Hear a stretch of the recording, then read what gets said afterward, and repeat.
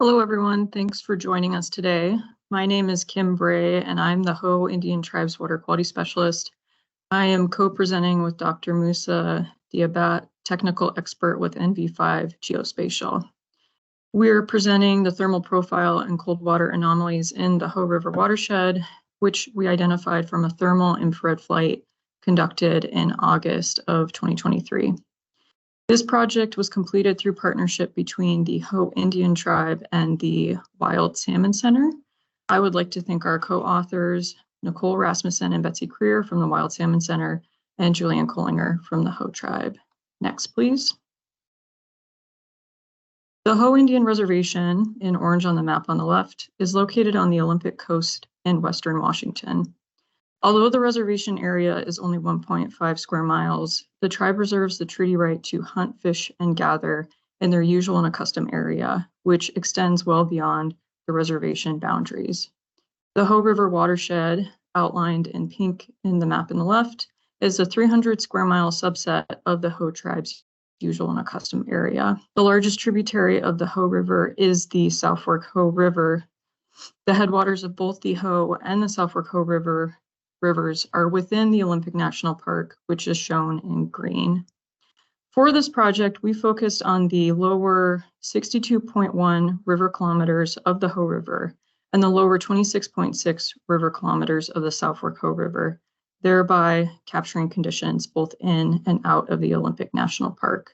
And for those familiar with the Hoh River, our survey reach ended just shy of Mount Tom Creek. Next slide, please. Members of the Hoh Indian Tribe have lived along the Hoh River since time immemorial. In their language, the Hoh call themselves the Chalot people, or people of the Hoh River. Hoh tribal members are strongly connected to the Hoh River and the surrounding Hoh rainforest, which is one of the largest temperate rainforests in the United States. The Hoh River supports Chinook and Coho salmon and steelhead runs, which are culturally and spiritually significant to the tribe. Tribal members harvest salmon and steelhead from the Hoh River using their unceded treaty-reserved fishing rights. Since our area is rather remote and rural, the Hoh River watershed is one of the least developed watersheds in the state of Washington, which is a boon for the salmon and steelhead. Additionally, our coastal climate provides a buffer against some of the more extreme temperatures that can threaten salmonids. However, climate change has and is expected to continue to alter salmonid habitat in the coming decades. Next, please. The Hoh and South Fork Hoh rivers are fed by glaciers located in the Olympic Mountains within the Olympic National Park, shown by the blue dots in this map. Due to climate change, these glaciers are retreating. Next, please. According to Fountain and others, 35 glaciers and 16 perennial snowfields have melted in the Olympic Mountains since 1980. The retreat of the Blue Glacier, one of the many glaciers that feeds the Hoh River, is depicted in the photos on the slide. According to current models, the glaciers that feed the Hoh and the South Fork Hoh rivers are projected to largely disappear by 2070. The loss of the glaciers, which provides cold glacial melt in the rivers during summer months, has major implications for salmon and steelhead habitat in the watershed. Next, please. So as we look to the future, we know that waters will be warmer in the summer, in part due to declines in flow. Currently, glacial melt accounts for roughly 30% of in-river flow during the summer. Next, please. Analysis of summer low flows for the Hoh River at the USGS gauge indicate a general downward trend since the gauge was first established in 1960. Next, please. According to regional models, mean June through August flow is expected to decrease by 24 to 69% by 2080. Lower flows in summer months has the potential to create a lack of cold water for salmonids. Next, please. Through the tribe's water quality monitoring program, we have identified that the Hoh River and several of its tributaries already have summer water temperatures that are too warm for salmon, steelhead, and char. These sections of the Hoh River and its tributaries are shown in red on this map. The tribe first identified many of these tributaries as being too warm in 1996, and we have recorded water temperatures unsuitable for salmonids in additional tributaries in recent years. Next, please. With the loss of cold glacial melt lower flows, and increased air temperature, mean August water temperatures in the lower extent of the watershed are projected to increase by 0.2 to 0.7 degrees Celsius by 2080. During summer months, salmon and steelhead that require cold water to survive are more likely to be under stress due to increased temperatures and lack of flow. Next, please. So given the documented changes in glacial mass, flow, and water temperature, and how conditions are predicted to change further in the coming decades, the Hoh Tribe and the Wild Salmon Center identified the need to capture high-resolution water temperature data in the watershed. Such data will help us identify cold water refugia that salmonids require in summer months and areas with water temperatures that are too warm for salmon and steelhead. We worked with NV5 Geospatial to complete an airborne thermal infrared collection in August of 2023. The objectives of the collection were to, next please, characterize the longitudinal thermal profiles in the Hoh and South Fork Hoh Rivers, meaning downstream to upstream. Next please. Identify significant warm and cold thermal features along both rivers. Next, please. And compare our 2023 thermal infrared imagery from both rivers to imagery that the tribe and NV5 collected in 2000 in order to capture any changes in inflows. And with that, I will pass it over to Musa to discuss our methods and our results. Next, please. Thank you, Kim. Appreciate it. To complete the acquisition of the data, we use the helicopter and cooled system to collect at a 0.5 meter resolution with about a footprint of 400 meters wide. Next, please. It took us 2 days to finish both tributaries, and depending on the channel morphology, we could even finish an entire section by one flight line that covers the entire floodplain, or sometimes we had to go back and forth in order to cover some meanders. Next, please. In other cases, we actually had to go up and down like a lawnmower and try to cover the entire width of the floodplain and side channels that could be of interest. These decisions will be made, were made, and always made while we're up in the air. Depends on the features that we see. Next, please. I will save you the process of how to mosaic and calibrate data and such, but it's an intensive workflow that get us at the end a final mosaic that is fully calibrated, and we digitize the center line of the river and sample it along the entire tributary.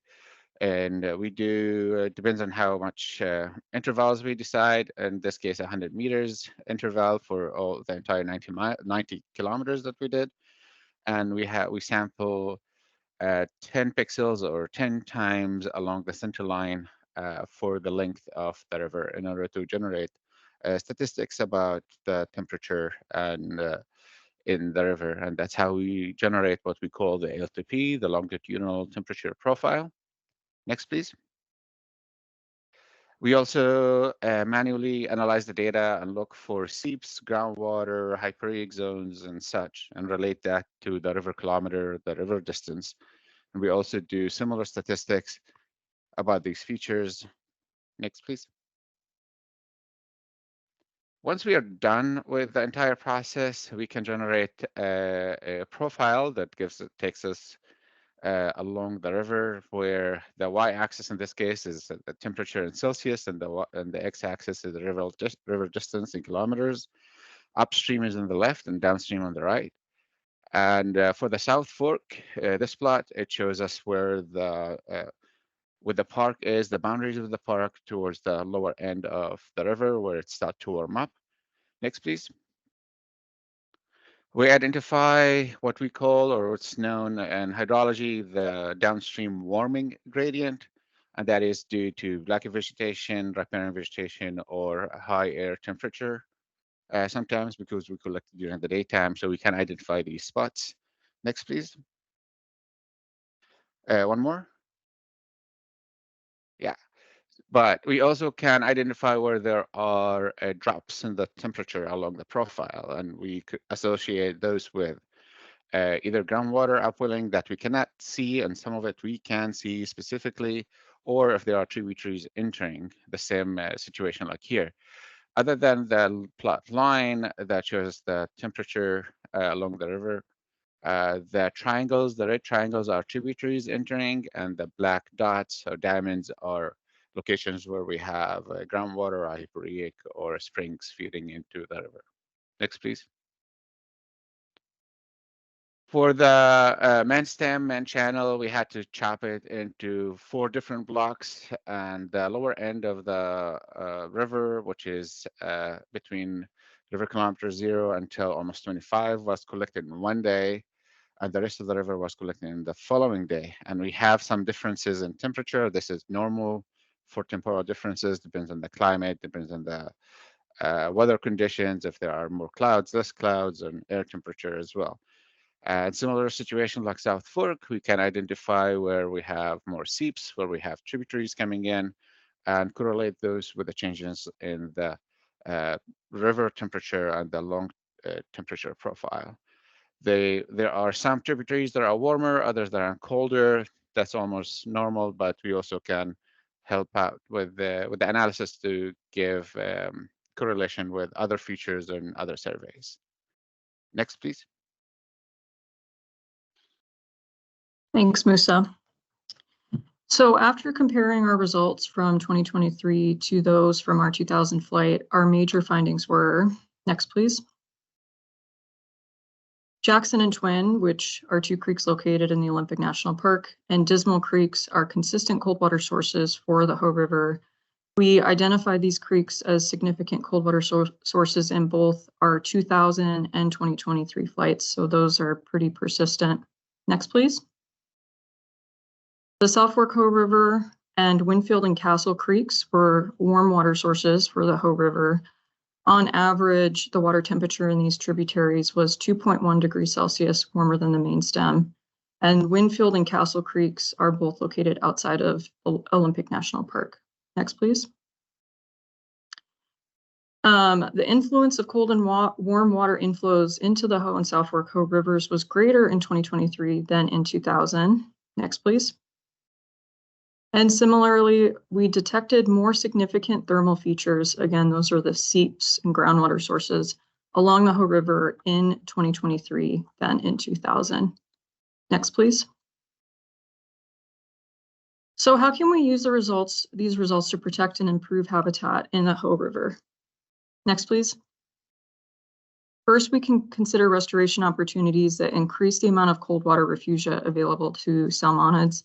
And here are some of the most popular restoration methods being implemented on the Olympic Peninsula. Next, please.